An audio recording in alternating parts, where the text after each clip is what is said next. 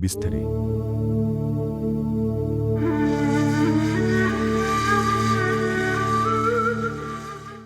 3억엔 사건. 1968년 일본에서 일어난 희대의 현금 절도 사건. 일본 범죄 사건 역사상 가장 유명한 사건 중 하나로 전후 최대의 미제 사건이라고 불리기도 합니다. 때는 1968년 12월 6일 일본 신탁은행 코쿠분지의 지점장 앞으로 협박장 한 통이 배달되었는데 내용은 이러했습니다.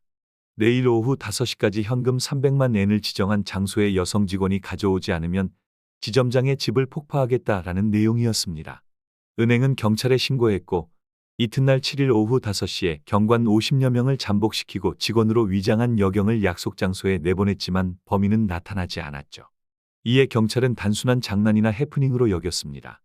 동년 동월 10일 오전 9시 30분 무렵 일본 신탁은행 코쿠분지 지점은 도쿄 시바우라 전기 후추시 도시바 공장에 연말 보너스 지급용 현금 약 3억 엔을 넣은 케이스 3개를 현금 수송차에 싣고 출발했습니다. 당시 현금 수송차는 그저 현금을 가득 실은 평범한 자동차였을 뿐 오늘날의 현금 수송차와는 달리 안전과 보안에 취약하였죠. 현금 수송차가 후추 형무소 뒤에 도착했을 무렵 한 경찰이 경찰 오토바이를 타고 현금 수송차의 곁에 나타났습니다. 현금 수송차의 기사는 무슨 일이냐며 물었고 경찰은 일본 신탁은행 스가모 지점장의 집이 폭발했다. 이 차량 안에도 다이너마이트가 설치되었다는 첩보를 받았으니 이 수송차를 조사해야겠다라고 말했습니다. 현금 수송차의 기사와 탑승자들이 내리자 그 경찰은 폭발물을 찾는 듯 차량의 여기저기를 둘러보았습니다. 그러던 중 갑자기 폭탄이다. 어서 피해라. 라고 고함을 질렀으며 차량 트렁크에서는 갑자기 연기가 피어오르기 시작했습니다. 기사와 탑승자들은 놀라 차에서 멀리 떨어지기 시작했고 차량을 수색하던 경찰은 그대로 현금 수송차를 몰고 사라졌습니다. 이에 차량의 기사와 은행 직원들은 경찰이 자신들을 구하기 위해 일부러 위험한 폭탄이 장착된 차량을 다른 곳으로 운전해 갔다고 생각했지만 그때 한 직원이 남겨진 오토바이를 보고 외쳤죠. 이건 진짜 경찰 오토바이가 아니잖아. 차량을 조사하겠다고 나타났던 경찰은 진짜 경찰이 아니었으며 그가 타고 나타난 오토바이도 얼핏 보면 경찰 오토바이로 보이게 만든 가짜였던 것입니다. 그제서야 현금을 도둑 맞은 것을 깨달은 은행 직원들은 서둘러 경찰과 은행에 연락하였습니다. 경찰은 각처에 검문소를 설치하고 범인을 잡기 위해 검문 검색을 실시하고 스기나미구의 한 검문소에서 케이스 3개를 실은 회색 차량을 발견하였습니다. 경찰은 차량을 발견하자마자 추적했으나 놓치고 말았는데 이것이 마지막으로 목격된 범인의 모습이라고 합니다. 당초에는 범인을 빨리 잡을 것으로 확신했는데 대담하고 치밀한 범죄 수행과는 맞지 않게 물건을 무려 120여 개나 흘리고 달아났기 때문입니다. 그러나 흘리고 간 물건들로는 범인을 누군가로 특정하기도 어려웠으며 수사 과정에서 증거 보전 절차가 흐트러지기도 하며 범인의 증거를 밝히는 데에는 실패하고 말았습니다.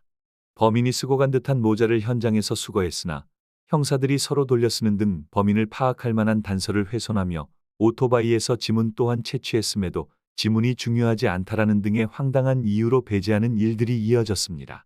목격자 조사에서도 어이없는 일들이 이어졌는데 범인을 가장 가까이서 목격한 피해 당시 은행 직원들을 조사하며 진술대로 몽타주를 만들어야 함에도 불구하고 유령 용의자로 떠오른 인물과 닮았다는 이유만으로 엉뚱한 인물의 사진을 몽타주로 사용하는 탓에 수사에는 혼동만 가중되고 말았습니다.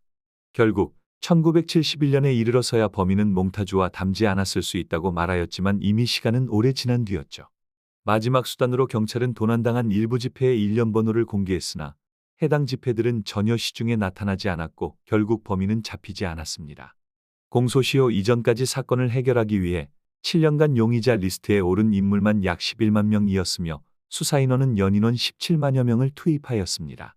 경찰의 무능력한 수사로 인해 범인 검거에 실패한 이 사건은 결국 사건 발생 15년이 지난 1988년 공소시효가 만료되면서 오늘날까지도 미제 사건으로 남게 되었으며 이 사건 이후 일본에서는 월급이나 보너스를 은행 계좌로 지급하게 되었습니다.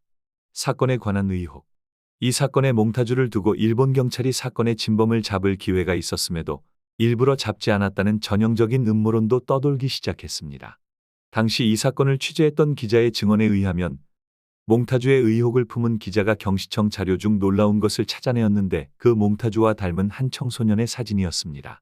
사진 속 소년은 3억엔 사건이 일어난 지역에 살았었는데 추적하여 보니 사건이 일어나기 약 1년도 더 전에 이미 죽어 있었습니다. 문제는 여기서부터 다시 시작됩니다. 경찰은 어째서 이미 죽은 비행 청소년의 사진을 몽타주로 배포하였을까요? 기자의 추적 결과 사건이 일어난 지 얼마 뒤 한 소년이 목숨을 끊었는데 은행 직원들은 수사팀이 그 소년의 사진을 보여주자 범인과 흡사해 보인다라고 진술했다는 것입니다. 그 몽타주의 소년은 사실 경찰 교통기동대 대장의 아들이었으며 수사팀이 수사한 지 얼마 지나지 않아 갑자기 이 소년이 자살했다는 사실이 밝혀졌습니다. 사인은 청산가리 음독, 소년이 청산가리를 먹은 과정이 다소 수상했는데 소년이 자살했던 현장에 있던 홍차잔 2잔, 그중 1개의 잔에서만 청산가리가 검출되었으며 청산가리가 든 병에서는 소년의 아버지, 즉 경찰 교통기동대장의 지문만이 발견되었던 것입니다. 즉, 소년이 자의로 행한 자살이 아닌 교통기동대장이 아들을 살해한 것이다 라는 이야기가 돌았습니다. 이 경찰 간부는 아들이 범인으로 드러나면 자신의 커리어뿐 아니라 일본 경찰 전체가 피해를 입을 것을 우려 아들을 죽임으로써 사실을 은폐하려 한 것은 아닌가라는 추측이 돌았습니다. 다만 제대로 된 출처와 증거가 없는 심증만으로 짜맞추어진 의혹이기에 이 소년이 사건과 어떻게 관련이 있는지는 알 수 없습니다. 일본 내에서 유명한 사건인 만큼 여러 대중매체에서도 해당 사건을 많이 다루고 있습니다. 과연 이 사건의 범인은 누구였을까요? 그리고 사라진 현금 3억엔은 어디로 사라진 걸까요? 잘 자요 미스테리였습니다. 감사합니다. 미스테리